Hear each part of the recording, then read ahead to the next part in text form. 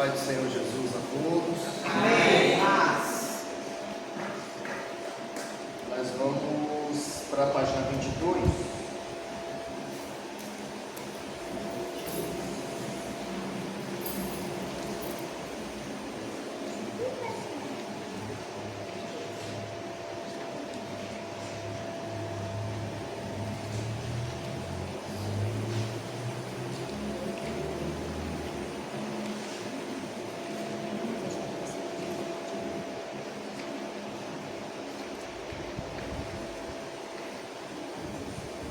O epígrafe aí, o ensino bíblico, está em negrito. Igual na nossa Bíblia. Quando tem um subtexto, a King James, essa Bíblia aqui não tem. Não tem subtexto, né, que chama de epígrafe. Onde diz lá, a mulher samaritana. Na King James não tem, ela corre direto. Mas na maioria das Bíblias tem o epígrafe. O epígrafe é aquele que está sempre em negrito, em cima do texto, onde divide o texto. A King James não tem. Vai direto. Aí na Bíblia, o ensino bíblico, negrito. Aqui também não tem não, só tem infinidade. Infinidade tem. 22. Infinidade tem na página 23. Não, é isso. É que eu estou. É, 22 que eu falei. É, o ensino bíblico. Na página 22.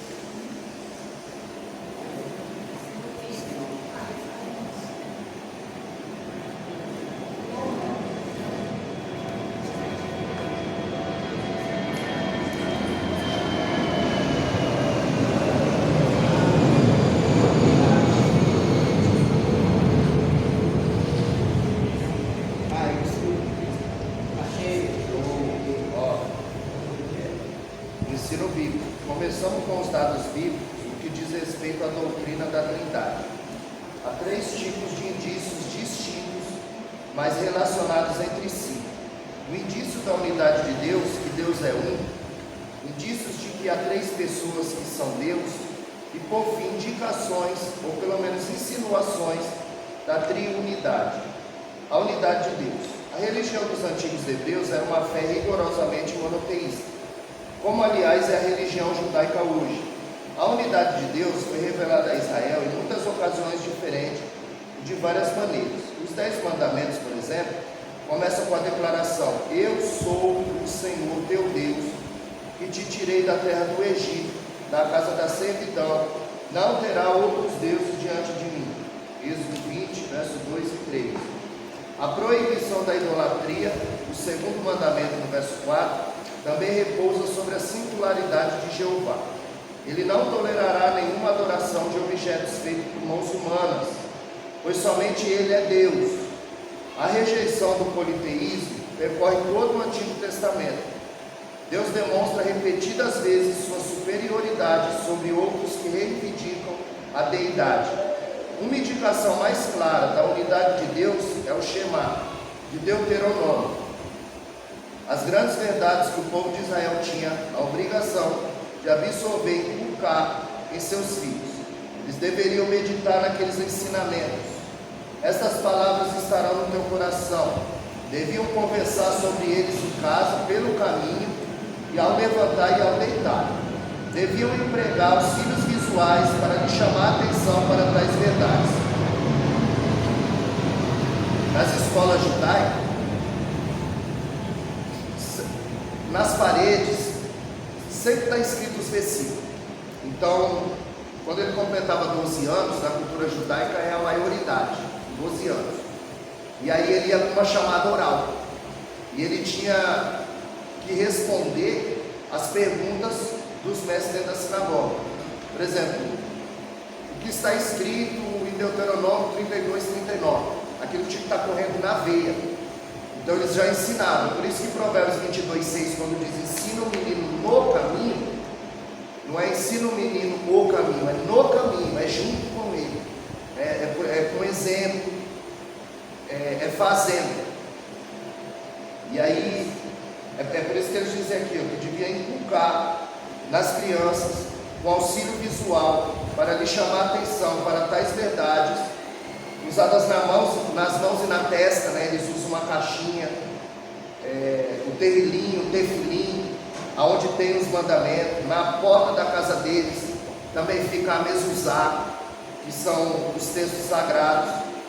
E eles escrevem nos umbrais da casa, nos portões, e quais são essas grandes verdades que deveriam ser destacadas. Uma delas é uma declaração afirmativa e indicativa: o Senhor nosso Deus é o único Senhor. É por isso que o judeu, ele não crê na trindade. A palavra trindade, como nós já falamos, ela não tem na Bíblia, mas nós podemos ver. É como o livro de Esther. O nome de Deus não aparece no livro de Esther, mas a mão de Deus está costurando toda aquela história. Deus está trabalhando nos bastidores. Não tem. A palavra contextualizada que mais se aproxima do mundo espiritual é a palavra jejum e oração, aonde Esther 4,16, quinta-feira, eu tive ali no podcast e o tema lá era fruto da oração. E aí eu abri a minha fala falando sobre isso, Esther 4,16, porque foi perguntado ali sobre a intimidade, né? Havia um mediador, eram 3 pessoas, mas não era debate, cada um expôs a sua visão, e aí era sobre os frutos da oração. E a minha primeira fala foi essa, Esther 4,16.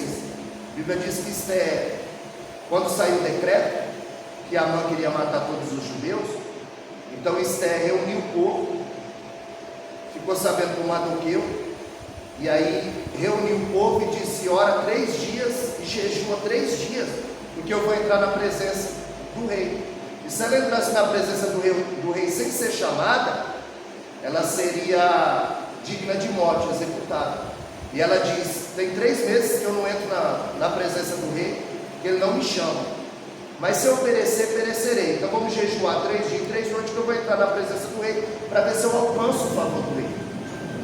E aí ela vem com essa fala, que para entrar na presença do rei da terra, ela teve que jejuar 3 dias e 3 noites. E hoje a pessoa quer o imediatismo, quer algo da parte de Deus. Se para entrar na presença do rei da terra ela jejuou 3 dias e 3 noites, imagina do rei dos reis. Que a gente não pode, de qualquer jeito, querer o imediatismo. Aqui a gente vai falar um pouquinho hoje também sobre Moisés, que quando ele se declara eu sou, e Moisés tinha tanta intimidade, que quando Miriam está leprosa, Moisés não estica a oração. Moisés só diz assim: Senhor, peço-te que a cure, e ela foi curada. É intimidade, é vida com Deus. Então ali foi sobre os frutos da oração. Inclusive o rapaz que estava lá, o presbítero, ele é ex-professor de escola dominical, mas todos que viram ao vivo e que assistiram depois do podcast tiveram a mesma sensação, e que eu percebi na hora que ele estava incomodado com a minha presença lá. Porque o conhecimento, ele ofusca. E tem gente que ela não tem a humildade de aprender com a outra, né? Não é o caso do Etíope. Então ela já se sentiu ofuscada e já se sentiu ameaçada. Mas aí, quando ele falava, ele nem olhava para mim, ele só olhava para os dois, ele não olhava para mim. Mas na minha segunda fala eu falei: o presbítero Mário falou muito bem. O presbítero Mário enfatizou aqui, então eu chamava pelo nome, o elogiava, para quebrar o gelo, a barreira. Aí na outra fala dele, ele já começou a olhar para mim, já se soltou mais. Então muitas vezes também vai acontecer esse tipo de coisa. As pessoas vão se sentir ameaçadas pelo seu conhecimento, porque o crescimento incomoda. O crescimento incomoda. Então nem todo mundo está preparado para ver você crescer. Eita glória! Então quando você vem, você está absorvendo. Aí Mateus 10:20, a Bíblia diz: ó, não vos preocupeis com o que há de dizer, porque na mesma hora o Espírito vos ministrará o que há de dizer. Então o Espírito Santo vai ministrando na nossa mente, no nosso coração, o que a gente vai dizer. E às vezes a gente teme: o que eu vou falar? Mas sobe, se dispõe. Deus põe a palavra na tua boca. Como eu falei aquela vez, a primeira vez que eu tive uma oportunidade, quando eu voltei eu não lembrava nem o que eu falei. E fiquei: o que eu falei? O que eu falei lá? E as pessoas falaram: essa coisa, né? mas quando Deus toma. E então aqui, a segunda grande verdade que Deus desejava é que Israel aprendesse e ensinasse. É um mandamento baseado em sua singularidade. Amarás o Senhor teu Deus de todo o vosso coração, de toda a tua alma, de toda a tua força.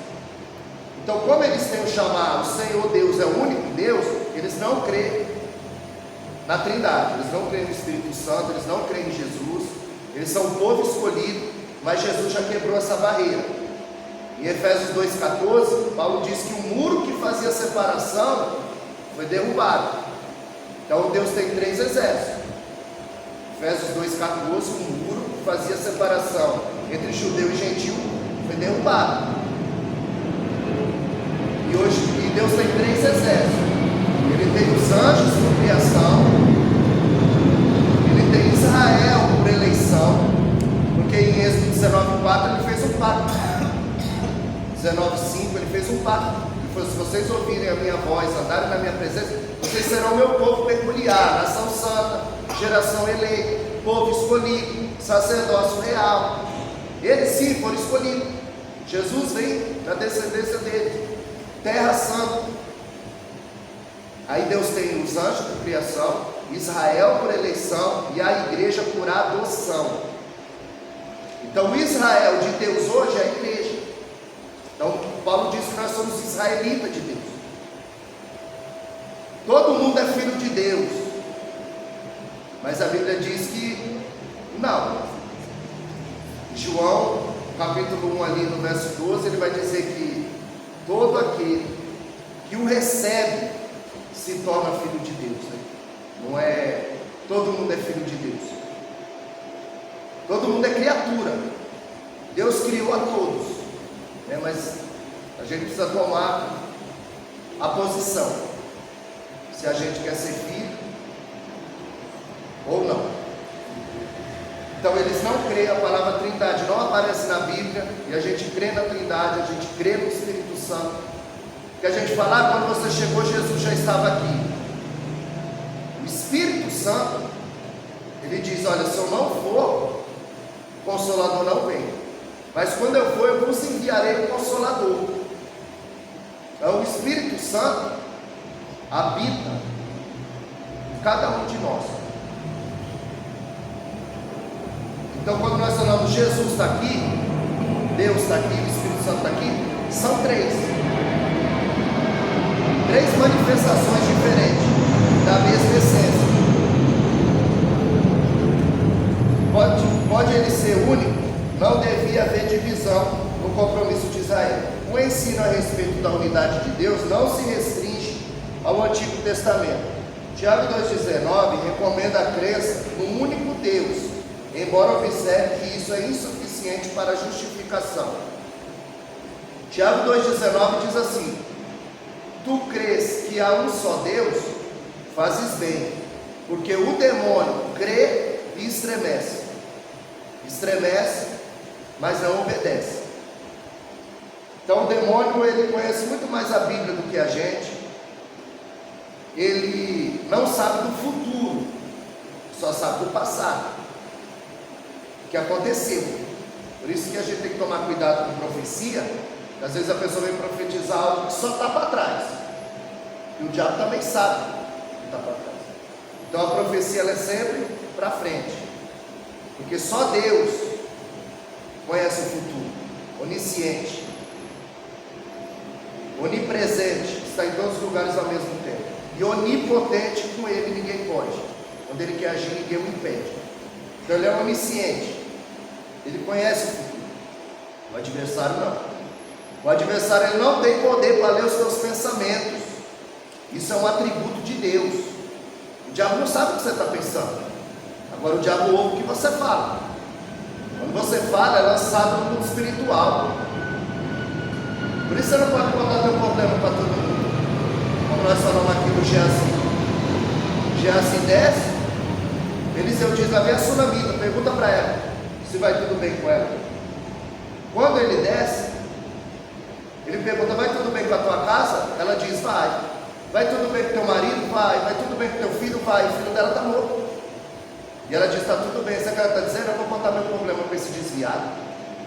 Vou contar meu problema para quem não vai me ajudar, não vai resolver. Quem não vai te ajudar não precisa saber do teu problema. Então esse é o ensinamento que aquela sunamita passa. Porque ela viu que Geazi não prestava e não prestava mesmo. Ele estava interessado em dinheiro, estava interessado em obter lucro.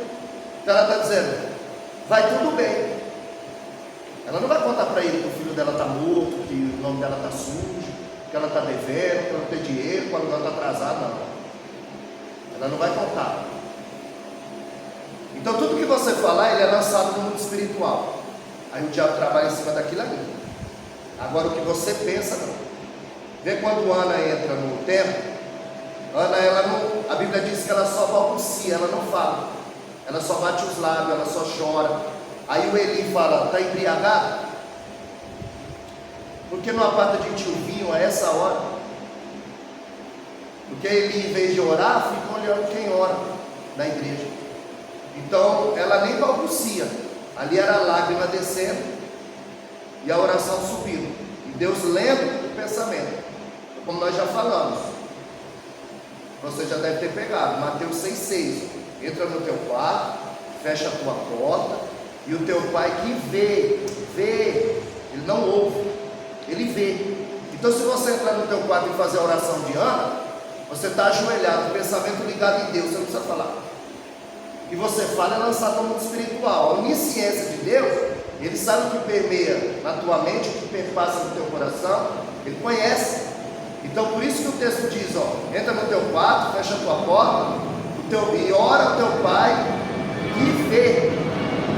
Não ouve, ele vê, porque ele é onisciente, ele conhece a motivação e a intenção que a gente chega diante dele, que a gente faz a obra, ele conhece. Então diz ver, porque o Salmo 139, verso 4, a Bíblia diz que antes da palavra chegar na nossa língua, o Senhor já conhece, ele sabe o que vai sair, ele sabe qual que é a intenção.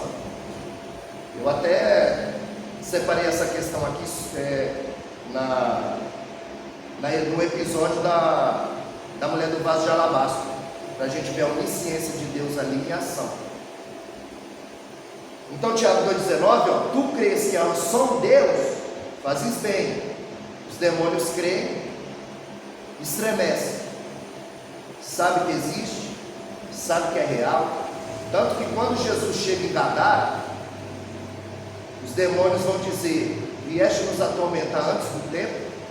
E sabe que tem um dia determinado, como também tem um dia determinado para nós. Mateus 7, 21 ao 23. E naquele dia, nota que é um dia, o dia vem, o dia está a caminho. E Lucas 16, 2 diz que todos nós daremos conta da nossa mordomia a Deus.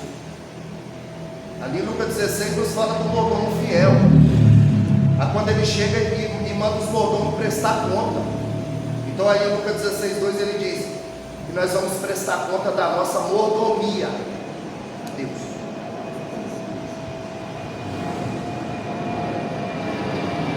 Deus, embora observe que isso é suficiente para a justificação, Paulo escreve quando descobre sobre a ingestão da carne oferecida a ídolos.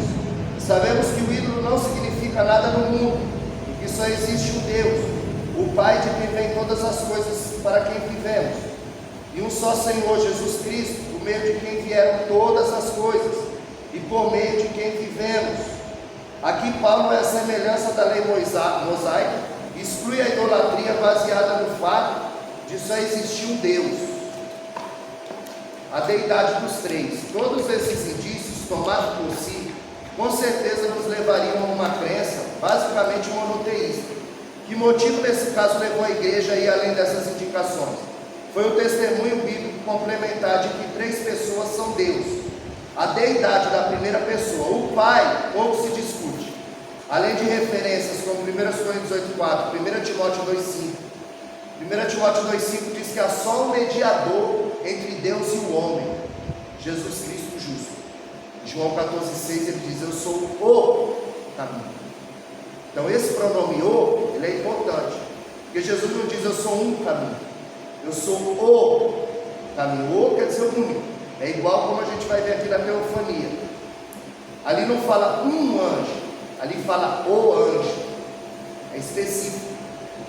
Não é um anjo, é o anjo. Então esse pronome o, ele é sempre muito importante. É o caso lá do galo, né, que nós falamos. Antes que o galo cante, vivo, 3 vezes me negarás. Ou seja, ele nega 3 vezes e o galo canta uma vez, mas o outro texto diz que o galo canta 2 vezes. E aí eu ia até trazer o livro, mas não entrou. Eu até peguei para trazer, mas que é, né, a referência. Então, quem escreveu o livro vai lá no podcast do pastor Leandro. Não sei se já foi o Elias Soares. Vai no podcast lá do Leandro. O tema lá é perguntas difíceis de responder. Então ele escreveu 3 livros, perguntas difíceis de responder. Eu tenho os 3 livros. E um dos livros ele fala sobre isso, né? Sobre o cantar do galo. Então o pronome o ali, ele é importante. Então ele diz aqui, ó, Timóteo 2,5: há só um mediador entre Deus e o homem, Jesus Cristo o justo. Porque antes havia o sacerdote. Você falava com o sacerdote levava para Deus. Hoje esse muro foi quebrado, foi derrubado. Hoje você tem ligação direta com Deus. Você não precisa mais ficar pedindo oração para ninguém. Você pode orar. Você tem que crer na sua oração. É um papo. Porque quando a gente encontra com Deus, aí falta assunto. Mas quando você encontra aquela pessoa que faz tempo que você não vê, tem assunto, né? A gente tem assunto. A gente encontra alguém no mercado, rapaz. A gente encontra alguém na escola, na faculdade, tem assunto. Aí quando a gente dobra o joelho para falar com Deus, falta assunto. Mas ele já está lendo o pensamento. É onisciente. Então a gente tem que deixar esse negócio de ora por mim, intercede por mim. É bom, não tem problema. Mas você precisa tomar uma atitude. A bispa lá, era uma bispa lá no podcast. Ela falou justamente sobre isso, que a gente está falando sobre o culto da oração. Então ela está falando o quê? A oração, ela cobre, ela te protege, ela te dá livramento. Mas a mudança vai partir de você. Não adianta, você não vai adquirir uma intimidade com Deus com as pessoas, né, te carregando no colo, fazendo o teu serviço. Quando Jesus chega em João capítulo 11 no túmulo de Lázaro, ele podia soprar, ali é uma pedra. Flávio José disse que precisava de 20 homens adultos para remover uma pedra do sepulcro. Quando a pedra era colocada no sepulcro, precisava de 20 homens adultos para remover a pedra. Quando Jesus chega no sepulcro, ele diz, ele podia dar um sopro, ele podia dar uma ordem, pedra, mas ele diz, tirai a pedra. Sabe o que ele está dizendo? Que vocês podem fazer, eu não vou fazer por vocês. O impossível eu faço, ressuscitar o que está morto é comigo, tirar a pedra é com você. Você chorar, pedir, clamar, agradecer é com você. Ele está para atender, mas você não fala. Agora tem gente que fala e aí está pedindo kit. Salmo 27, o verso 4. O Salmo 27, verso 4. Pega esse aí. Fica pedindo kit. Vê se Davi pediu kit. Para de pedir kit. Olha o Salmo 27, 4. Ele falou assim, ó, uma coisa eu pedi ao Senhor. Uma coisa. Mas ele pede kit. Ele não é casado, ele está pedindo uma esposa. Aí não chegou a esposa, aí ele está pedindo um carro. Aí ele não recebeu o carro, agora ele quer uma casa própria. Aí nem ele sabe, nem o anjo sabe, nem Deus sabe o que ele quer. Porque ele pede kit. Então quando você vê o Davi no Salmo 27, verso 4, pastora Graciete, ele fala assim, ó, uma coisa eu pedi ao Senhor. Pede, recebe e agradece. Aí está pedindo o carro, não recebeu, está pedindo a esposa, não recebeu. Aí o Deus fala, anjo, vai lá, desce com a resposta para o meu filho. Que às vezes demora, né? Daniel chama. Ele já pediu outro. É isso, aí o anjo está descendo com a esposa dele. Aí quando o anjo chega lá, ele falou, não, agora ele está pedindo carro. Aí volta a cabeça dele. Aí ele está descendo com o carro e agora ele está pedindo casa. Aí ele fala, não, ele não sabe o que ele quer. Ele quer que ele não espera. Como o evangelista Paulo disse aqui, espera e com paciência. Quer dizer, esperar já não é fácil, com paciência quer dizer que vai demorar. Mas aí que é o kit. Só pede, né? Aí a gente costuma dizer o quê? A tua oração é uma lista de compra? Me dá, me dá, me dá, me dá? Ou é uma carta de agradecimento? Eita glória! Vê no deserto? Eles queriam maná. Deus mandou maná. Logo que eles recebiam o maná, o que acontecia? Eles murmuravam agora querendo carne. Nunca está contente. Nunca está contente. Então as pessoas só querem receber. Em Êxodo 5:3, Deus disse: libera o povo para me oferecer o sacrifício no deserto. Mas hoje eles vêm para receber. Eles não querem oferecer, eles querem receber. E às vezes eles querem receber elogio, eles querem receber aplauso. Então quando Deus diz, olha, vem para oferecer, o culto é individual. Cada um vai oferecer o seu culto a Deus. Como Ana ia para o templo e ela tinha tudo para não ir no templo. Porque o templo estava corrompido. Ofni, Finéias, Eli não repreendia os filhos, era omisso. Depois ele era conivente, ele já estava participando. Tanto que quando o profeta chega, ele diz, você está desprezando a minha casa, dando mais prioridade à tua casa, os teus filhos, você não repreende os teus filhos, vocês estão engordando com as gorduras do sacrifício. Então Ana tinha tudo para não ir no templo, mas a Bíblia aqui diz que de ano em ano ela ia. Por quê? Porque ela era adoradora. Aí o adorador, ele vem aqui prestar o culto. Adorador não vem para a igreja para ver se o filho de A e o filho de B está desviado. Ele não vem para a igreja para ver se fulano está orando, se ciclano está em pecado. Vem para adorar, vem prestar o culto dela. Glória a Deus. Então é isso, Salmo 27:4, uma coisa pediu ao Senhor. Você quer ver o Filipenses 3? E o verso... Olha o que Paulo vai dizer também. Então é Filipenses...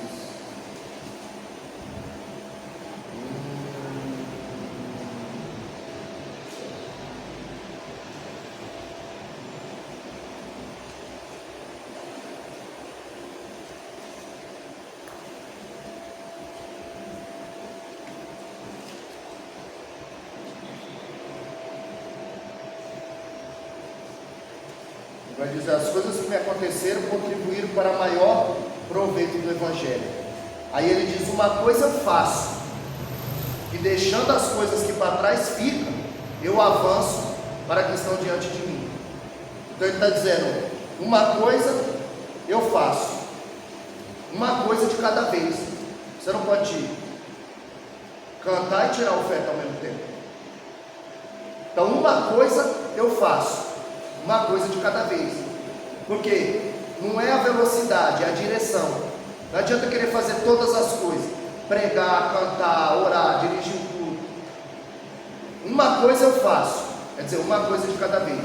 Quando você faz uma coisa de cada vez, todas as coisas ficam perfeitas para Deus. É o caso de Davi, quando ele diz,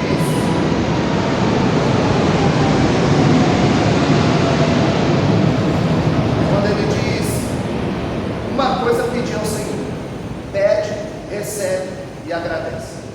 Pede, recebe e agradece. Então aqui o texto vai dizer, Paulo observa que Jesus, subsistindo em forma de Deus, não julgou como usurpação ser igual a Deus. Ou seja, usurpação é tomar o lugar de alguém. Usurpar, tomar. Jesus, sendo Deus, ele não quis tomar o lugar de Deus. Ele sendo em forma de Deus, ele não quis tomar o lugar de Deus. Porque tem muita gente que quer tomar o lugar de Deus. A palavra aqui é traduzida por forma, é movo. Esse termo, tanto no grego, significa característica que fazem com que uma coisa seja o que é. Essa parte aqui ele é chamado de kenosis. 100% homem, 100% Deus, é chamado de quinosis. Ele era 100% homem e 100% Deus. Mas ele não podia ser 100% Deus. Ele veio para tomar a forma de homem, para passar o que eu e você passamos, para provar que dá para viver uma vida longe do pecado. Então é chamado de quinosis. Quinosis, 100% homem e 100% Deus. Outra passagem significativa é Hebreus 1. O autor, cuja identidade nos é desconhecida, está escrevendo para um grupo de cristão hebreu e faz várias afirmações que implicam fortemente a plena deidade do Filho. Nos versículos iniciais, o autor argumenta que o Filho é superior aos anjos e nota que Deus tem falado por meio do Filho. Destacou-se como herdeiro de todas as coisas e fez o universo por meio dele. O autor descreve então o Filho como o resplendor da glória de Deus e a expressão exata do seu ser.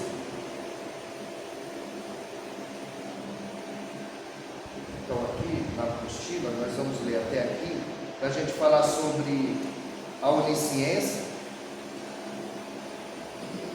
que é o que eu falei, né? Deus sabe o que permeia e o que perpassa o nosso coração.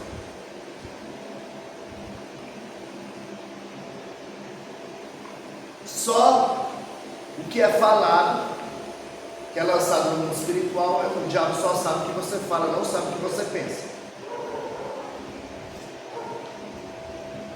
Então, ele vai trabalhar em cima das palavras. Deus é onisciente, conhece o futuro. O diabo, ele sabe do passado. Então, quando você vê uma pessoa que, para ganhar confiança, ela vem profetizar e ela fala algo do passado.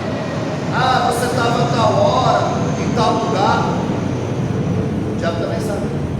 Em Filipenses, em Atos 16, lá tinha uma menina. Estava revelando o CPF, nome de morto, e estava dando lucro para os seus senhores. E quando Paulo e Silas passavam, o demônio que falava na boca da menina. Esses aí são homens de Deus. O diabo sabe quem é e quem não é, quem vive longe do pecado. Então o que ela dizia? Esses aí são filhos do Deus Altíssimo, são servos de Deus. Aí se fosse outro ia dizer, Deus está usando, eu sou mesmo, Deus está usando essa menina. Só que Paulo tem discernimento, ele ficou incomodado com aquilo. E aí ele repreende a menina e expulsa o demônio. Então nem toda profecia vem. Uma vez manifestou um demônio na igreja, e ele falou que ele era o caboclo profético. Ele era o caboclo profético, ele vivia profetizando dentro da igreja. E aí ninguém tem discernimento para desmascarar o adversário. Havia uma irmã ali, a irmã Rosa, foi ela quem consagrou o pastor missionário Davi Miranda a pastor, era o marido dela. Ela morava lá perto de casa. Ela era conhecida como joelho de camelo. O ciclo de oração era 4 horas da tarde. Eu saía 2 horas da empresa e eu ia, né? E ela começava a orar 8 horas da manhã, só levantava às 4 da tarde. Ela consagrou o missionário Davi Miranda e ela disse para o marido dela: o irmão Davi não vai aceitar a ordem de pastor. Tanto é que ele fundou a igreja Deus é Amor e se tornou aí o que se tornou. Mas ela viu os primeiros passos. Ela e o marido consagrou. Era lá para o lado do Braz que ela morava. E aqui ela começava 8 da manhã, levantava 4 da tarde, orando. E aí Deus passava o raio-x, pastor. Quando alguém falava alguma coisa que precisava de algo assim, eu falava: vamos ali na casa da irmã. Ele saía na hora do almoço. Quando chegou lá: oi, irmã Rosa, paz. O nome da igreja dela era Árvore da Vida, era no fundo da igreja, da casa. Aí entramos, falei: ora para esse irmão aqui, ó. Aí Deus revelou, ali é Deus que revela, é Deus. Deus revelou para frente, falou: você vai fazer uma viagem. Você vai viajar? Ele: não. Falei: vai, você vai viajar, você vai fazer uma viagem. Aí falou, aí depois que falou o futuro, falou algumas coisas do passado ganhar a confiança dele. Ele falou, você vai viajar e lá Deus vai começar a se revelar para você. Aí quando a gente saiu, a gente nem almoçou, a gente saiu da empresa e foi. Quando a gente saiu, ele falou, você falou alguma coisa para ela? Eu falei, eu? Nós não saímos de lá e viemos para cá direto. Ele falou, não é possível. Aí ele falou, você viu? Ela falou que eu ia viajar. Eu falei, falou. Ele falou, eu menti, eu falei que não ia, mas eu vou, já estou com a passagem comprada. Eu falei, eu estou falando para você, mano, essa mulher é mulher de Deus. Aí uma vez nós tomamos um ciclo de oração, começou a falar em língua lá, uma irmã, falando em língua. Ela falou, aqui não, Satanás. A mulher caiu endemoniada, passando por debaixo dos bancos. Tinha um rapaz lá, ele era meio afeminado, ele estava com câncer de próstata. Ela orou e ele vomitou o câncer de próstata, uma bola de sangue no chão, pegou o papel e falou, joga no lixo, pode fazer exame, você não tem mais nada. Então é o segredo da oração, da intimidade com Deus. Então ali sim, Deus sempre vai revelar o futuro. O passado, então a gente tem que estar muito atento com esse que te digo, esse que te falo. Às vezes Deus manda falar A e B, aí a pessoa fala C e D. Então a questão da onisciência de Deus, Deus já conhece. Salmo 139, verso 16, a Bíblia diz que Deus já escreveu no seu livro todos os nossos dias, e agora nós devemos vivê-lo. Isso é a onisciência de Deus, é o conhecimento total, perfeito, infinito. Conhece o pensamento do coração. A palavra coração, ela não tem tradução, então existe uma versatilidade da palavra coração. A palavra coração, às vezes ela é a mente, às vezes ela é o sentimento, às vezes ela é o coração mesmo que bomba, às vezes ela é o centro das emoções da pessoa. É por isso que Jeremias 17:9 ele diz que o coração é enganoso. E Provérbios 23:26 ele diz, filho meu, dá no teu coração. Ah, mas Deus só quer o coração. Então, Deus não é açougueiro, Ele não quer coração. Coração ali é tudo. É como nós falamos, Deus não quer tua mente, Deus não quer teu dízimo e tua oferta. Ele quer você, porque quando Ele tem você, Ele tem tudo. Tudo que você tem prazer, não é sacrifício. Você tem prazer em oferecer ao Senhor. E aí nós vamos ver a onipresença de Deus. Ele está em todos os lugares ao mesmo tempo. Então tem lugar que Deus está, mas a presença dele é passiva. Ele não está agindo, não é ativa. Tem lugar que Deus está, por exemplo, Deus está lá no centro espírita, mas só que ele não age ali. Por quê? Porque ele está em todos os lugares ao mesmo tempo. Mateus 18:20 diz que onde tem 2 ou 3 reunidos, aí estou eu no meio deles. Aqueles 2 no caminho de Emaús, eles vão conversando, Jesus se aproxima. Não é que vocês estão conversando, porque onde tem 2 ou 3, Jesus está ali, ouvindo a conversa, participando da conversa. Então tem lugar que é passivo, como aquele rapaz que lá na África houve o apartheid, que era a separação entre negros e brancos. E aí o rapaz passou de frente a uma igreja bonita, tocou a campainha, saiu o pastor, 2 metros de altura, esbanjando soberbo, um alemão de olho azul. E o rapaz falou, eu queria congregar aqui. E ele pensou, será que esse rapaz não está vendo que aqui é uma igreja de brancos? Que houve uma separação entre negros e brancos, é o apartheid na África. E ele pensando, será que ele não vê que aqui é uma igreja de brancos? Aí ele falou, faz o seguinte, rapaz, vai lá para a tua casa, ora a Deus e vê se é aqui mesmo que você tem que congregar. Aí ele falou, tá bom, pastor. O rapaz foi embora, orou. Ele não voltou mais naquela igreja. Passado o tempo, o pastor o encontrou. Aí ele, Pai do Senhor, faz, talvez você nunca mais voltou lá na igreja? Ele falou, ah, foi, pastor. Ele falou, você orou, orei. Falei, o que Deus falou? Ele falou, sabe o que ele falou para mim? Ele falou que ele nunca conseguiu entrar naquela igreja e eu ia conseguir entrar. Nossa! Não tem lugar que Deus não está. Tem lugar que é antropocêntrico, o homem está no centro. Não há lugar para Cristo naquela igreja. Cristo não é mais reverenciado. Cristo não é adorado. Os cânticos que são entoados exaltam o homem, não exalta Deus. Então até o louvor, ele tem que ser direcionado por Deus. Porque tem muito louvor, e vocês sabem que exalta só o homem, a vitória. Não exalta Deus. E a palavra louvor, a palavra Judá significa louvor, que significa elogio. Então a palavra louvor é elogio. Então você deve elogiar a Deus, não ao homem. Então a gente vê muita coisa, ó. Ele é da tribo de Judá, ele é da tribo do louvor. Louvor, elogio. Então quando eu louvo, eu estou elogiando a Deus. Então até os louvores, eles precisam ser direcionados.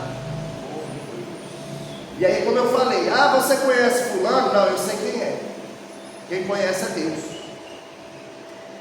A gente vê aquela flor de lis. Ela tinha um vigilhão lotado, cheio de gente lá. Ela tem vários hinos aí que o povo canta. É de joelho. Se quer um monte de hino. E dificilmente agora eu vejo alguém cantando aqueles hinos. Esses dias eu fui à igreja, até cantaram, né? O hino dela. Aqui na base, a era. Mas as pessoas já não. Então muita gente achava que a pessoa era de Deus, que Deus estava com ela. Aí a gente fica sabendo, né, de todos os escândalos. Adotava vários filhos, iniciava eles na vida sexual, fazia pacto, ritual, mata o marido. Não tinha nada de Deus ali. Então a gente precisa ter. 1 João capítulo 4, verso 1, ele diz: filhinhos, fazei prova, porque nem todos os espíritos são de Deus. Então a gente tem que estar atento, ter esse discernimento. Então Jesus,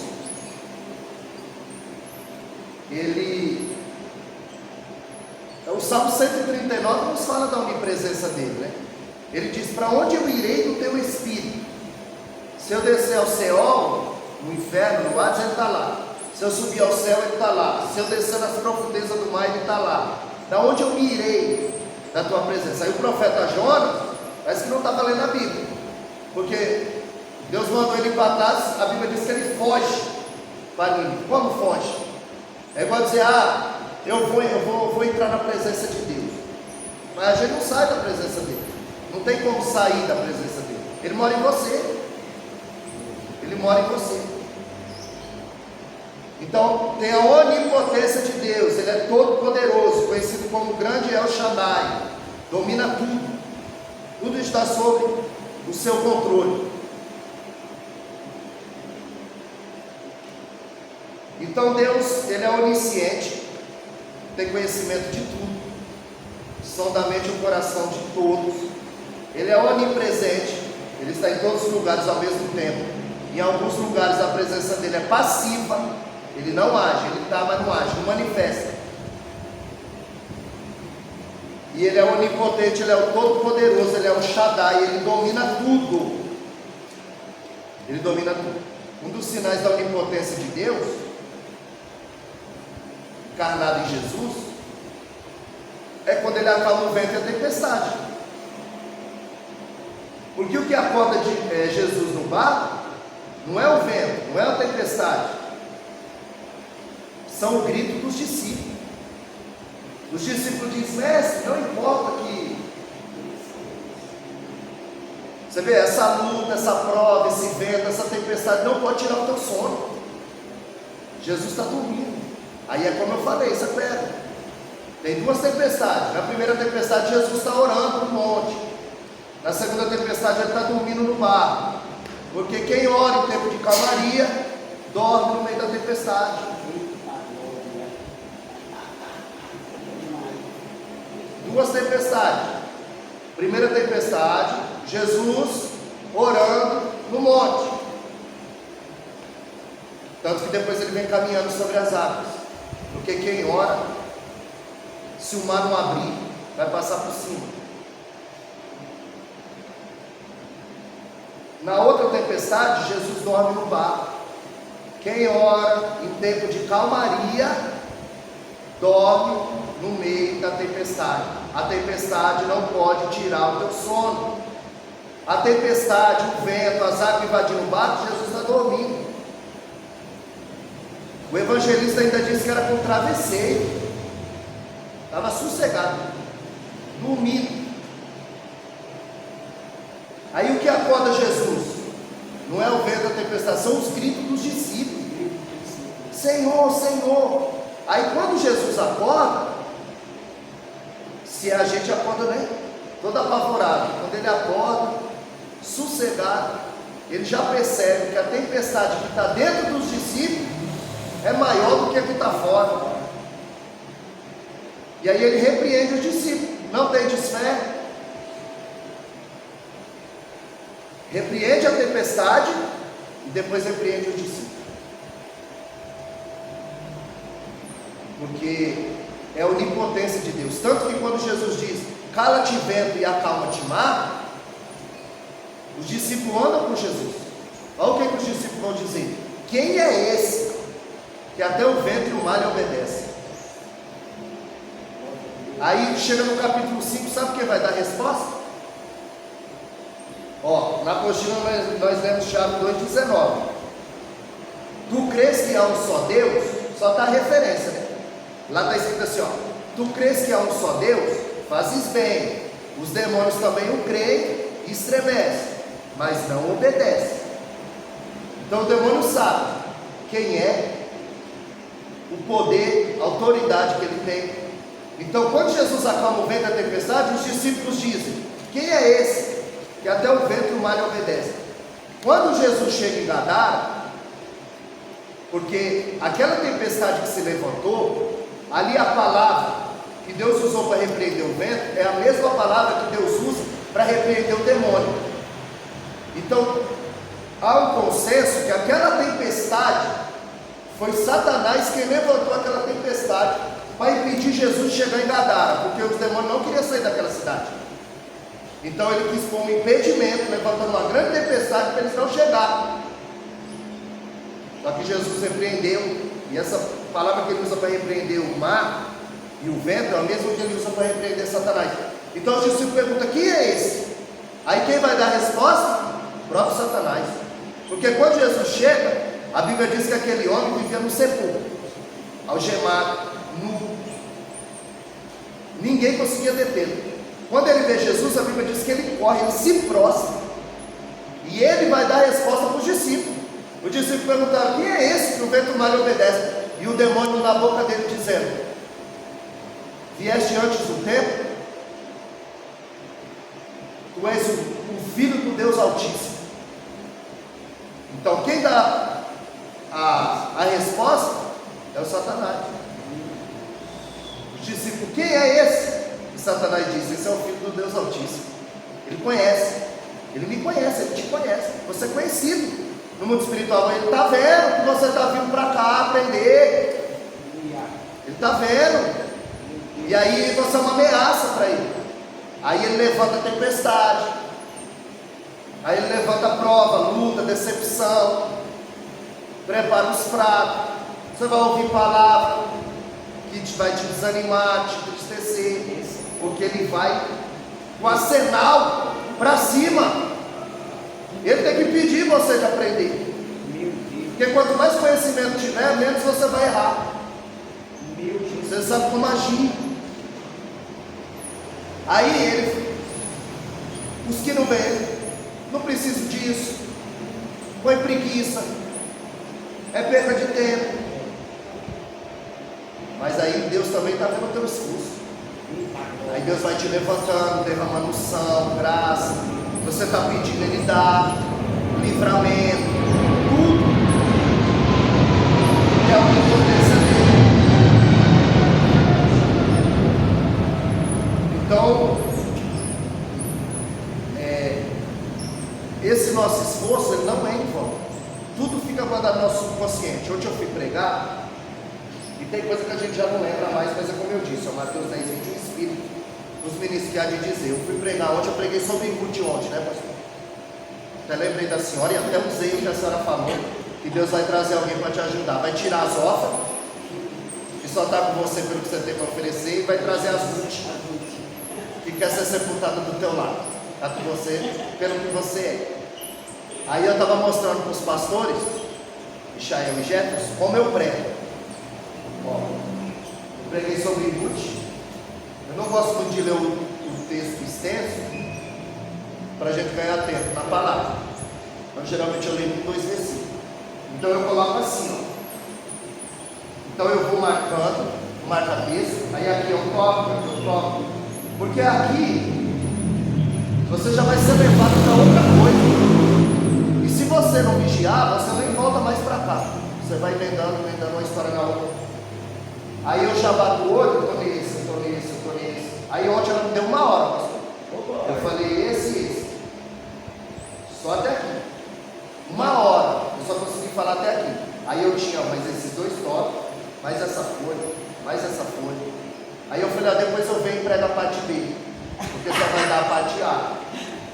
E lá havia uma irmã que perdeu 2 filhos. E uma outra que tinha perdido a filha. E no dia teve um congresso, que eu fui pregar nesse congresso. A filha dela estava fazendo os trâmites para fazer o velório. E ela estava lá no culto, né, adorando. E ela falou, minha filha queria tanto que você fosse pregar na igreja dela. Ela queria tanto te ouvir. Ela falou, eu tenho que levar ele lá, mãe. Eu falei, mas agora ela está ouvindo o pregador dos pregadores. Agora é Jesus que está servindo a ceia para ela. Então ela está em bom lugar. E aí o que conforta é saber que a pessoa morreu salva. E aí ela, né, fica sossegada. Então lá falou um pouquinho sobre isso. E aí a mensagem que Deus tinha me dado em casa, que não tinha tema, que foi sobre Ruth. Aí eu comecei dizendo que o livro de Ruth, ele começa com 3 mortes. Elimelec, Marlon e Quilion, né? Começa com 3 mortes. E o livro termina com um casamento e um nascimento. E aí usei a da dracma que eu falei aqui. Às vezes Deus vai permitir você perder algo para acender o que está apagado. Ela perdeu a família, mas Deus trouxe a Ruth. E ela vai se tornar bisavó de Davi. E Noemi, como nós lemos aqui, ó, Noemi pegou a criança, deitou no seu seio e dela se tornou cuidadora. E as mulheres e as vizinhas disseram, nasceram um filho a Noemi. Mas o filho não era de Noemi, era de Ruth. Mas quem criou foi ela, quem levou a fama foi ela. Deus instituiu na vida dela. E aí, Ruth é a bisavó de Davi. E a Noemi, consequentemente, bisavó de Davi. E aí, e o que eu ia falar, não era isso, o que eu ia falar era do óculos. Aí eu esqueci meu óculos. Eu enxergo. Aí eu enxergo de pé. Com a Bíblia aqui, o esboço eu conseguia ver. E aí estou indo, minha esposa e minha filha, era lá na Nova Bom Sucesso. Estou indo, daqui a pouco eu comecei a ver os faróis do carro assim, tudo embaçado. Falei, esqueci o óculos. Falei, meu Deus, esqueci o óculos. Falei, e agora? Não vou enxergar nada, mas pelo menos vou enxergar a Bíblia. Aí cheguei lá, estava assim no público, não via assim, sabe? Estou ruim, 49 anos. 49 anos, eu estou ruim. Aí não consigo ver meio embaçado, né? O rosto das pessoas, mas não consigo ver a Bíblia, eu consigo ver. E aí veio isso e eu falei lá, né? Que a irmã tinha perdido o óculos. Pelo fato de eu ter perdido o óculos, eu mandei essa lá, que é uma aplicação e um ensinamento. A irmã perdeu o óculos e falou, pastor, vem aqui em casa, porque tem 2 meses que eu perdi o óculos. Eu já procurei esse óculos em todo lugar e eu não acho, tem 2 meses, pastor. Vem aqui orar para ver se a gente acha esse óculos. Vou. Aí o pastor chegou lá. O que está acontecendo, irmão? Irmão, pastor, tem 2 meses que eu perdi o óculos. Tá bom, vamos orar, esse óculos vai aparecer. Então é o seguinte, irmão, pega lá a Bíblia e vamos ler um versículo antes. Tá bom. A irmã foi e pegou a Bíblia. Aí quando ela abriu a Bíblia, 2 meses que ela não lia a Bíblia. Aí eu falei, quer dizer, comigo não vai acontecer, eu não vou perder óculos dentro da Bíblia. Tem muita gente perdendo óculos dentro da Bíblia. Meu Deus do céu. Aí eu usei isso ontem lá, e isso estava onde? Sei citei lá ontem, que é o quê? A pessoa fica muito tempo sem ler a Bíblia. Ah, Deus, fala comigo. Abre a Bíblia. Você está correndo atrás de... Salomão diz que é bolha de sabão, não tem conteúdo, ó. Estoura. Está correndo atrás do vento. Ah, ali tem um profeta fulano. Tudo, a profecia está lotado, tudo de ensinamento está vazio. As pessoas estão correndo atrás do vento, de bolha de sabão. Então, a questão da onipresença de Deus, eu quero ver esse texto aqui de Lucas 7.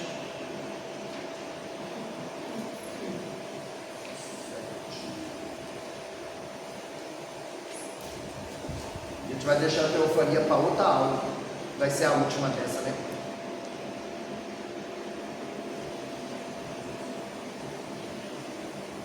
Ó, Lucas 7, a partir do verso 36. Lucas 7, 36 em diante. E vai dizer assim, ó, uma mulher da cidade, que era uma pecadora, sabendo que Jesus estava à mesa na casa do fariseu, trouxe um vaso de alabastro com unguento, e ficando atrás de seus pés, chorando, começou a derramar lágrimas sobre os seus pés, enxugando com o cabelo, beijava o pé e ungia com unguento. O fariseu que o havia convidado, vendo isso, falou consigo. Aí essa palavra que eu falei é solilóquio. Se você ouvir essa palavra solilóquio, quer dizer, uma conversa consigo mesmo, uma conversa em frente ao espelho, ou é um pensamento, um solilóquio. Aí a onipresença de Deus sabe o que você pensou, sabe o que você vai falar, permeia o seu coração. Então a palavra é solilóquio, uma conversa consigo mesmo. É o que esse fariseu faz. Quando o fariseu que o havia convidado viu isso, falava consigo. Ele não falou, ele pensou. Se este homem fosse profeta, ele saberia que tipo de mulher é essa que o toca, pois ela é uma pecadora. Aí Jesus lê o pensamento dele, ele é onisciente. Aí Jesus vai dizer no 40, Simão, eu tenho algo a te dizer. E ele disse, dize, mestre. Havia um certo credor que tinha 2 devedores, um devia 500 e outro devia 50. E o credor perdoou a ambos, que devia 50 e o 500. Quem você acha que ficou mais grato? Aí ele falou, certamente o que devia mais, o que devia 500. Aí ele disse, está vendo essa mulher? Eu entrei na tua casa e você não me saudou com o ósculo santo. Você não me beijou, essa mulher precisa sempre beijar meu pé. Eu entrei na tua casa e você não lavou meus pés. Ela está lavando meus pés com a lágrima. Entrei na tua casa e você não enxugou, não lavou nem enxugou meu pé, não enxugou com o cabelo. Eu entrei na tua casa e você não me ungiu. Ela quebrou um vaso de alabastro, de nardo puro. 80 mil reais avaliado hoje a oferta daquela mulher. Ela derramou aos pés de Jesus. Então ali está a onisciência de Deus. Ele leu o pensamento do fariseu. Aí a gente tem que entender que esse evento, o vaso de alabastro, ele está nos 4 evangelhos. Então, o livro de Mateus, Marcos e Lucas, evangelho sinótico, visão conjunta. Eu vejo uma cena, a Graciela vê uma cena, Michel vê uma cena. Aí ele vai contar do jeito dela, ele do jeito dele e eu do meu jeito. Então vai ter detalhe que um deu e outro não deu. Então, o evangelho do vaso de alabastro está nos 4 evangelhos. Só que são 2 eventos diferentes. Quando você lê João capítulo 12, você vai perceber que ali é Maria, irmã de Lázaro, é a Maria de Betânia. Agora em Mateus 26, Marcos 14 e Lucas 7, é a mulher pecadora, que muitos entendem que é a Maria Madalena. Então tem a Maria de Betânia e a Maria Madalena, são 2 eventos diferentes. Quando vai ungir o vaso, só que o evento está nos 4. Por quê? Porque tem conotação com fé. Quando você lê o milagre de Lázaro, no Evangelho de João, ele é diferente do sinótico, porque o livro de Lucas e de Mateus, ele emana do livro de Marcos. Pedro citou e Marcos escreveu. João Marcos, sobrinho de Barnabé, ele que escreveu o livro de Marcos citado por Pedro, e é dele que emana o livro de Mateus e Lucas. Então é sinótico e são conjunto. O de João, ele é escrito 40 anos depois. Esses três evangelhos já circulavam, de João 40 anos depois. Por isso que ele destaca deles. Aí o de Lázaro tem milagre que só João relata. O de Lázaro só está em João capítulo 11, porque não tem conotação com fé. A Bíblia diz em João 11:35 que Jesus chorou. Ele não chorou porque Lázaro estava morto, porque ele ia ressuscitar.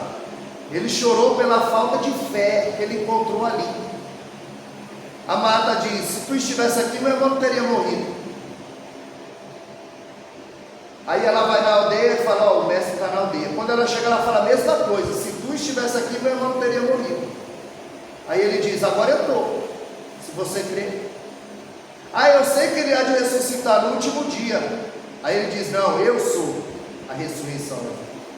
Aquele que crê em mim, ainda que esteja morto, viverá. Então os discípulos estão ali. Se ele está morto, o que nós vamos fazer? Vamos lá para morrer com ele?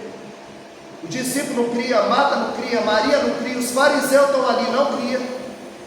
Aí Jesus chorou pela falta de credulidade. Aí só colocou em João 11, porque não tem conotação com fé. O vaso de alabastro está nos 4 evangelhos, porque tem conotação com fé. Quando ele pergunta: aonde o puseram? Ela diz: cheira mal.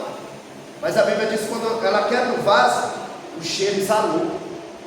Faça coisas que cheirem bem ao Senhor. Já cheira mal e o cheiro exalou. Aí ele diz: onde o evangelho for pregado, vai ser para a memória dela. Até hoje a gente fala dos feitos dessa mulher. A Bíblia diz em Provérbios 10:7 que o nome do perverso cai em podridão, mas o nome do justo será abençoado. Aí a gente não conhece ninguém com o nome de Judas, porque o nome dele cai em podridão. Eu pelo menos não conheço ninguém com o nome de Judas. E Judas significa louvor, o nome bonito e a vida feia. Judas, que é derivado de Judá, nós falamos aqui, é louvor, e louvor é elogio. Então Judas louvou com a vida feia. Aí ninguém chama Judas, pelo menos. Agora Maria, um monte. O nome do justo é abençoado, o nome do perverso cai em podridão.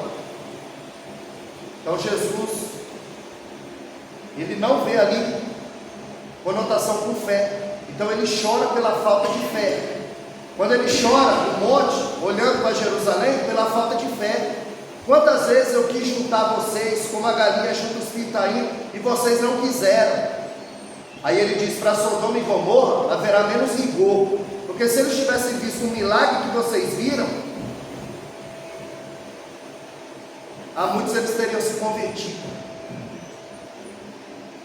Então os evangelhos sinóticos, visão conjunta de João 40 anos depois. E o que as pessoas não perscrutam, não sabem, que as cartas de Paulo, elas foram escritas primeiro que o evangelho. Quando Paulo diz: eu vos ensinei o que recebi do Senhor, foi porque foi escrito primeiro.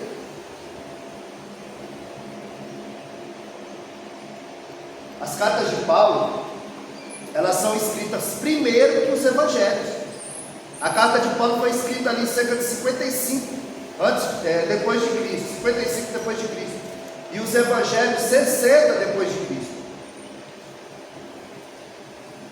E aí fez um compilado, onde nós temos a Bíblia. Então ali nos mostra a onisciência de Deus na quebra do vaso de alabastro. Ele lendo o solilóquio daquele homem, sondando o pensamento daquele homem. Onipotência, acalma vento, acalma mar. Poder sobre os elementos da natureza. A onipresença, Ele está em todos os lugares ao mesmo tempo.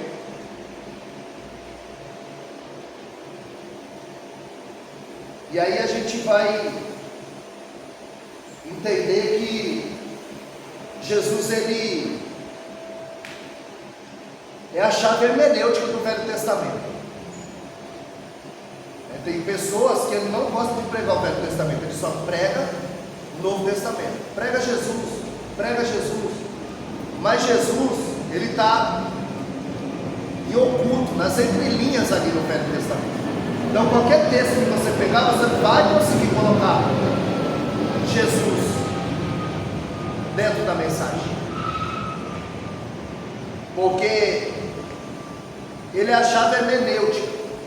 Então, tanto teofania como cristofania é a aparição de Deus em forma humana. Então, teo é Deus e fania é a aparição. Aonde todas as vezes que você vê no Velho Testamento o anjo, pronome o anjo é Cristo encarnado. No Velho Testamento. Quando você vê anjo com A maiúsculo, é Cristo no Velho Testamento. Agora, quando tiver um anjo, porque aí na próxima aula a gente vai falar quando o anjo aparece para Abraão, o anjo aparece para Jacó, o anjo aparece para Manoá, o anjo aparece para Gideão, e depois Jesus, quando ele aparece para Abraão, lá em João 8,56, Jesus vai dizer: Abraão viu meu dia e se alegrou.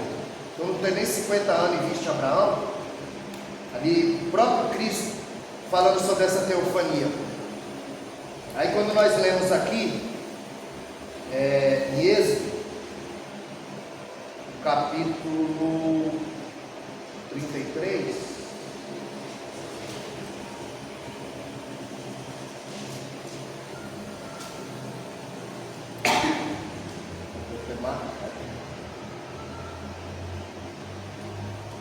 Êxodo 33, 2.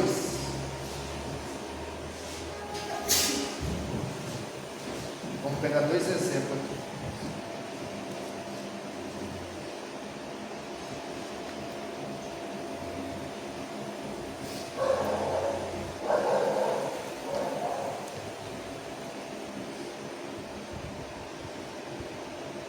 Êxodo 33, 2.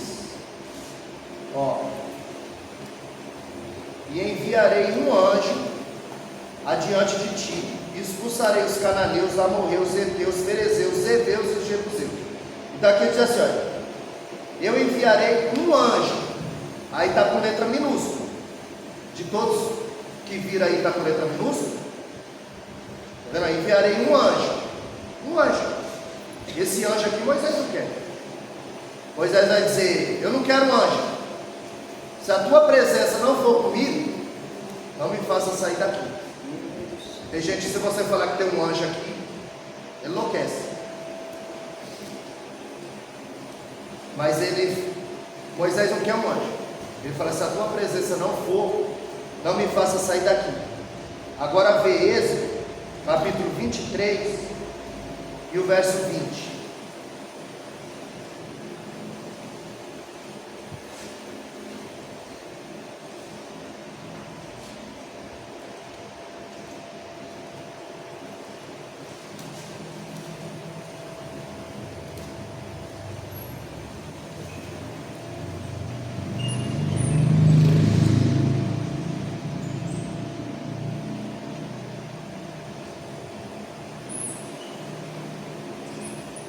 O Êxodo 23, 20.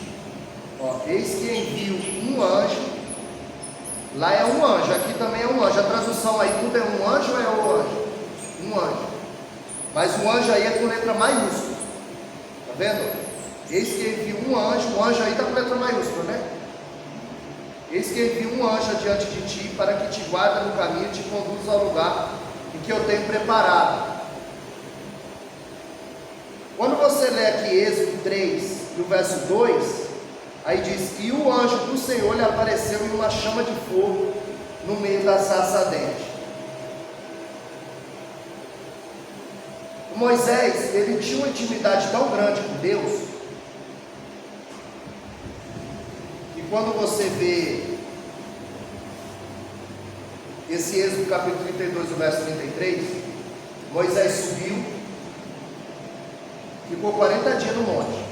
Aí como nós falamos, 40 dias sem comer, sem beber, sem dormir, é sobrenatural, vamos transcender. Como ele escreve o Pentateuco, então se entende que ali Deus mostrou para ele como tudo foi feito, ele precisa para escrever. Nessa, o Arão está cuidando da congregação, aí como nós falamos, o chamado dele não é para dirigir congregação. 40 dias ele estragou a congregação. Quando Moisés desce, eles fizeram bezerro de ouro. Nós lemos na apostila que só o Senhor é Deus, e não terás outros deuses diante de ti. E aí quando Moisés desce, ali está escrito, não terá outros deuses diante de ti. Moisés vê aquele povo. Você vai ver ali que Êxodo 32, 28, naquele dia morreu 3.000 almas na lei. Mas na graça, em Atos 2,41, a Bíblia diz que ali foi salvo 3.000 almas, quando Pedro se levanta para pregar. Então ali, quando aquele povo se corrompeu, olha o que Deus diz para Moisés: Moisés, desce depressa, porque esse teu povo se corrompeu.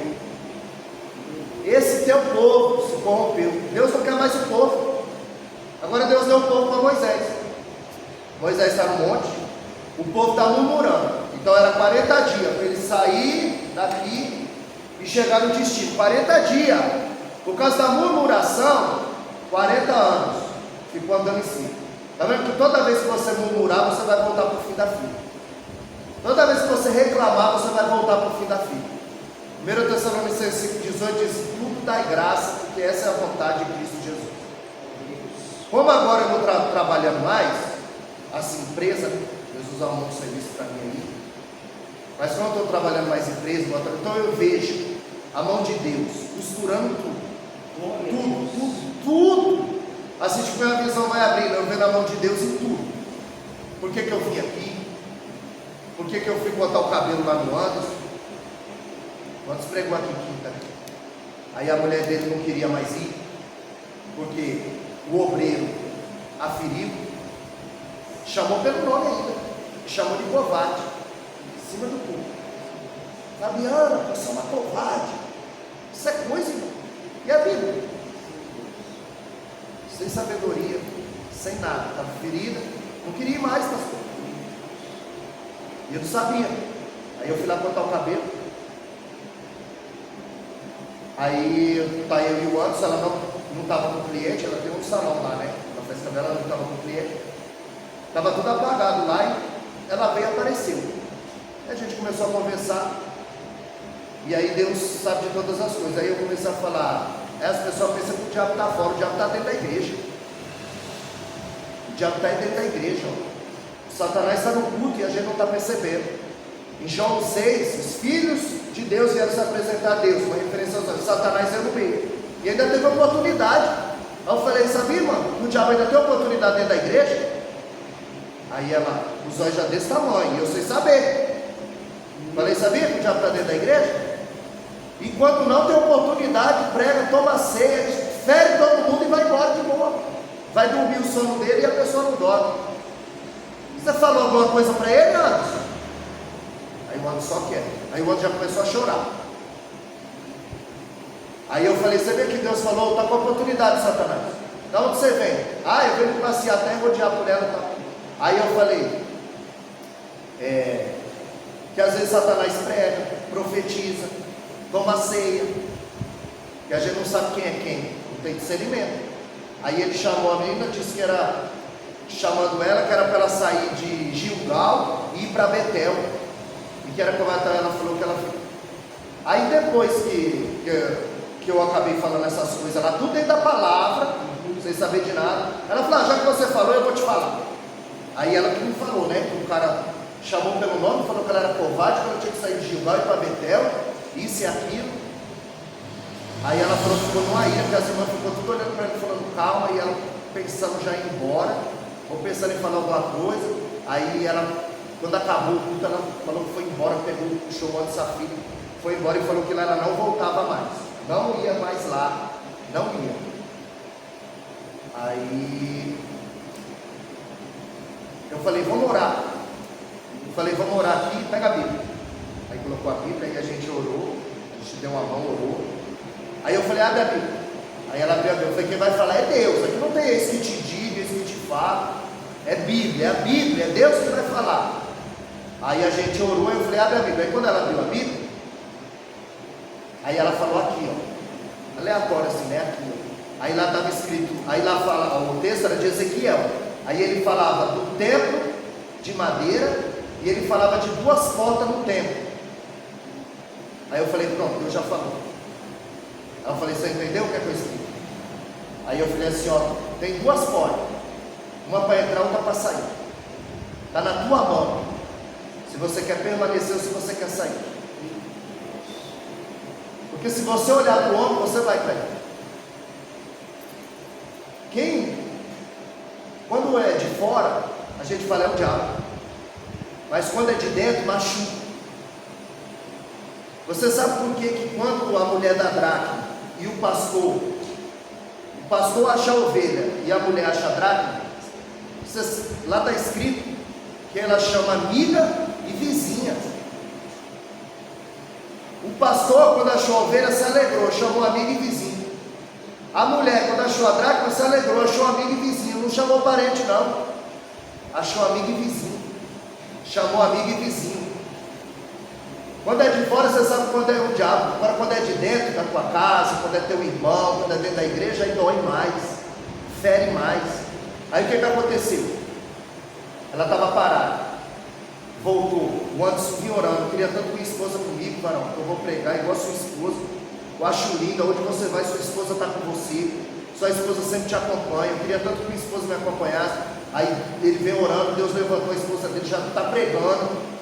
Aí eu falei, vem a retaliação.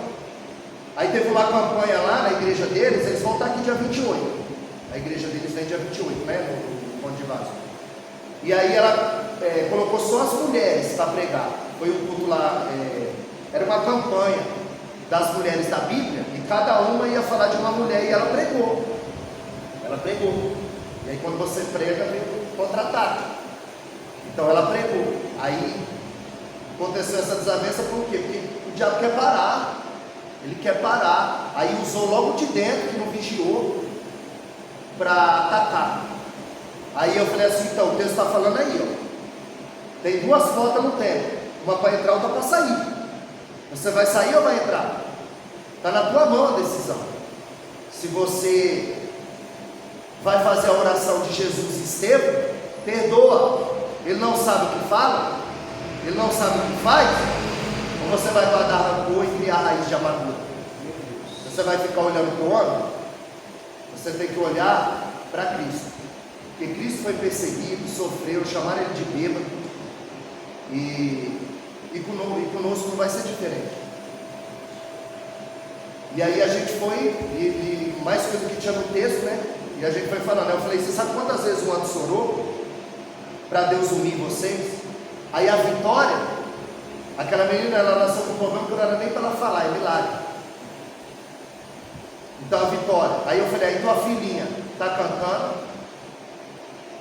o Anderson está pregando, e você está pregando, Deus uniu os 3, já está contente? Ele quer isso mesmo, que você passa pela essa porta que Deus falou aqui, ó, para você sair, para a tua família se desestruturar. A menina não está cantando, o Anderson não está pregando, você não está pregando, você vai dar lugar? Tiago 4,27, não deis lugar ao diabo. Tiago 4,7, não deis lugar ao diabo. Aí ela ficou só observando, aí ele falou. Aí ela, tá bom, já ouviu o suficiente, foi embora. Naquele dia tinha culto na terça. Aí o Anderson foi pro culto, daí eu nem perguntei. Aí depois eu falei, não, eu esqueci de perguntar, a Fabiana foi para a igreja? Ele falou, foi, deu um testemunho lá na frente. Aí perdoou lá o rapaz, né?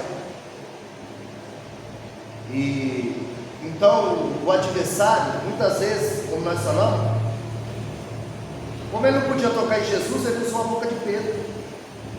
Ele usou a boca de Pedro. Então a gente tem que ter esse discernimento. Às vezes a gente tem que se fazer de surdo, engolir vinagre. Porque tem gente que usa o púlpito para atacar as pessoas. Tem gente que usa o púlpito para ferir as pessoas. Por isso que a gente tem que tomar cuidado. Tem que tomar cuidado. Porque Spurgeon dizia que não se preocupe com quem entra e sai da igreja. Se preocupa com quem entra e sai do púlpito. Porque é de lá que Deus governa a igreja. É de lá que Deus manda a palavra, o seu melhor. Então a gente tem que estar muito atento a isso. E Moisés é alguém que tem tanta intimidade com Deus, que Deus não quer mais o povo, deu o povo para Moisés. Aí ele falou: Moisés, esse teu povo. E Deus disse: não, esse povo é teu. Foi você que tirou ele do Egito. Aí você sabe que, olha, lê lá depois do Deuteronômio 32, 33, Moisés dizendo: esse povo é teu. O que as outras nações vão dizer? Que você tirou o povo de lá para matar aqui? Aí sabe o que Deus disse para Moisés? Moisés, permita. Deus está pedindo permissão para Moisés, pastora Gracinha. Permita eu ir no meio desse povo, que eu vou consumir esse povo. Eu vou matar, e eu vou começar de você, tudo de novo. Já pensou se Deus faz uma proposta dessa aí para os que tem aí? Vou começar de você, e meu nome no cartaz. Porque tem gente que tem um projeto, mas se ele não aparecer, ele não vai passar o projeto. Davi tinha um projeto. E o profeta falou: não, Davi, tua mão está suja de sangue, não vai ser você não. Ele podia guardar, arquivar o projeto. Meu nome não vai aparecer, eu não vou fazer. Mas ele fala: está aqui, ó Salomão, prepara tudo para o Salomão fazer. Moisés, ele está dizendo: Moisés, permita eu ir no meio desse povo, eu vou consumir esse povo. Aí sabe o que Moisés fala para Deus? Se arrepende desse mal. Já pensou? Já falando para Deus se arrepender do mal. Para Deus se arrepender. Aí é como diz o pregador famoso aí: Moisés está chamando Deus para aceitar Jesus. Se arrepende desse mal, Deus. Já pensou? A intimidade que Moisés tem. Primeiro Deus dá o povo para ele. Ele diz: esse povo é aqui. Aí ele diz: eu vou consumir o povo. Ele falou: se arrepende desse mal.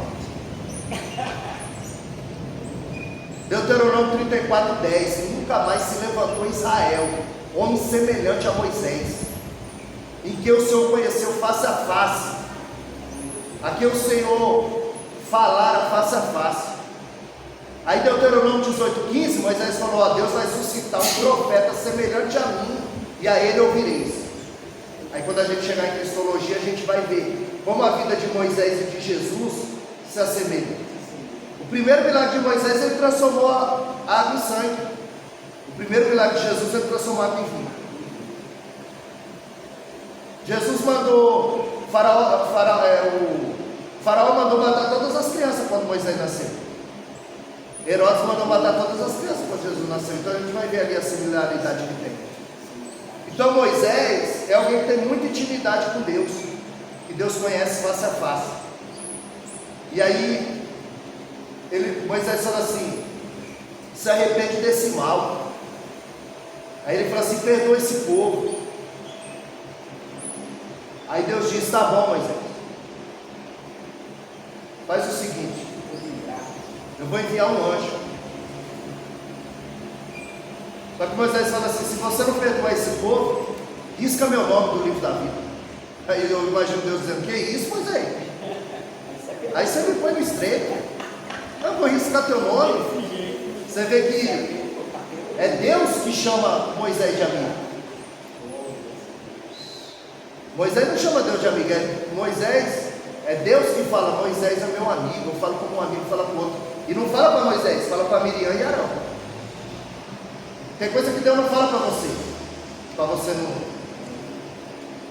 Tem vezes que Deus fala e agora para outro, para pastor, mas não fala para você. Ele pode falar: você viu minha serva? Está na teologia, está anotando, está buscando, falta, está crescendo. Mas não fala para você: que bom, filho, você está crescendo, eu estou vendo. Então Moisés fala para Deus fala para Miriam e Arão, porque ele chama os três, aí para a tenda, e depois manda sair da tenda só Moisés, Arão e Miriam. Aí Deus fala para Miriam e Arão, Moisés não dá. Aí ele fala, vocês não temeram de falar com o meu ungido. Com ele, com vocês, se tem profeta, eu falo sonho, profecia, palavra, visão. Mas com ele, eu falo como um amigo fala com o outro. Ele está dizendo, é meu amigo. Você está falando do meu amigo.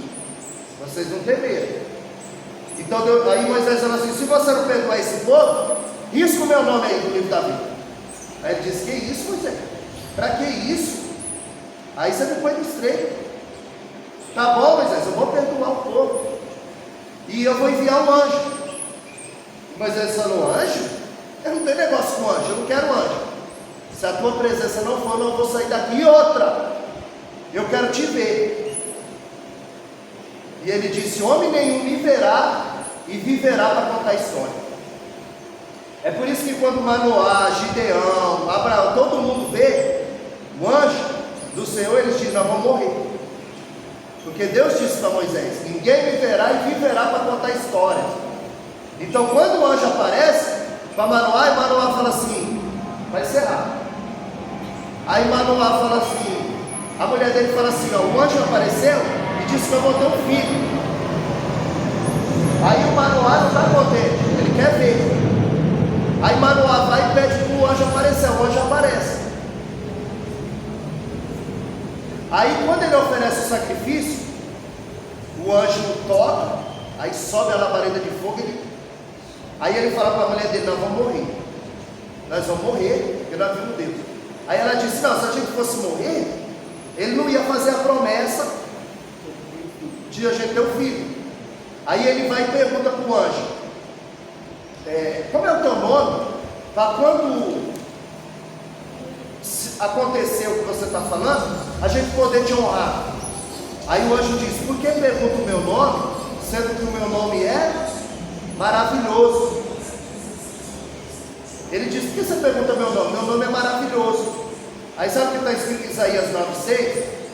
Um menino nos nasceu, e o nome dele será maravilhoso, conselheiro, príncipe da paz, paz da eternidade. Que é mais uma prova de quem ele é ali, o Manoá. Ele diz, por que pergunta o meu nome, visto que o meu nome é maravilhoso? Isaías 9,6 ele diz que o nome dele seria maravilhoso. Então nessa próxima, que eu creio que vai ser a última dessa, aí a gente fala sobre a teofania com Abraão, com Jacó, na sarça, o Manoá, o Gideão. E aí, o que Deus faz? Coloca Moisés entre duas fendas da rocha. Ele diz, eu vou passar, e você vai me ver pelas costas. A Bíblia diz que quando Deus passa, Ele põe a mão. Aí a mão é o antropomorfismo. Nós falamos, não, antropomorfismo, dá características humanas a Deus. Antropopatia, dá sentimentos humanos a Deus. Teofania, aparição de Deus. Quinosis, 100% homem, 100% Deus. Cristofania, Deus, Jesus também se materializando em forma humana no Velho Testamento. Então ele coloca Moisés entre duas fendas, ele coloca a mão, ele passa e Moisés vê só pelas costas. Então Moisés é o único que pode bater no peito e dizer, eu vi, pelas costas. É como Pedro, ele pode bater no peito e dizer, eu andei sobre as águas. Ah, mas Jesus disse que tu é um homem de pouca fé. Ele mas eu dei 10 passos na água. Dá você 10 passos na água. Então na próxima a gente fala sobre essa teofania, que é ele aparecendo para Moisés, ele dizendo eu sou o que sou. Ele começa a frase, eu sou. Ele está dizendo eu sou o que você precisa. Quem vai terminar essa frase é Cristo. Na sarça ele disse eu sou. Jesus disse em João 8,12, eu sou a luz do mundo. Ele disse em João 14,6, eu sou o caminho, a verdade e a vida. Eu sou a ressurreição e a vida. João 11,25. João 15, eu sou a videira verdadeira. Em João 10,9, eu sou a porta. Em João 10,11, eu sou o bom pastor. Então, Deus começa a dizer, eu sou, e Jesus vai terminar essa frase. Ele está dizendo, eu sou o que você precisa que eu seja. Você está sem saída, eu sou o caminho. Você está na escuridão, em trevas, eu sou a luz. Então Ele é o que você precisa. Você está com frio, Ele é o teu cobertor. Você precisa chorar, Ele é o teu ombro amigo. Então Ele é tudo aquilo que você precisa que Ele seja. Então que nós venhamos continuar nessa fé, nesse propósito, porque a Bíblia diz que se o filho pedir pão, o pai não vai dar serpente nem pedra, quanto mais o nosso Pai nos dará aquilo que nós pedimos. Então eu creio que a gente aqui vai crescendo junto, vai aprendendo junto, e vocês possam estar, sempre usando tudo aquilo que é falado aqui, porque isso não é meu, isso não é teu, isso é do céu. Isso é do céu. Isso é do céu. A gente vai aprendendo assim, lendo Bíblia, ouvindo mensagens boas, ouvindo coisas boas, e a gente vai aprendendo, vai assimilando para a gente usar. Paulo diz, sede meus imitadores como eu sou de Cristo. Quando a gente cita o que Paulo escreveu, a gente está imitando Paulo. A gente está imitando Paulo. Então que nós possamos continuar aí nessa empreitada, crescendo junto, que Deus venha nos abençoar. Bom, grandemente a pastora Graciete vai orar e fazer o técnico.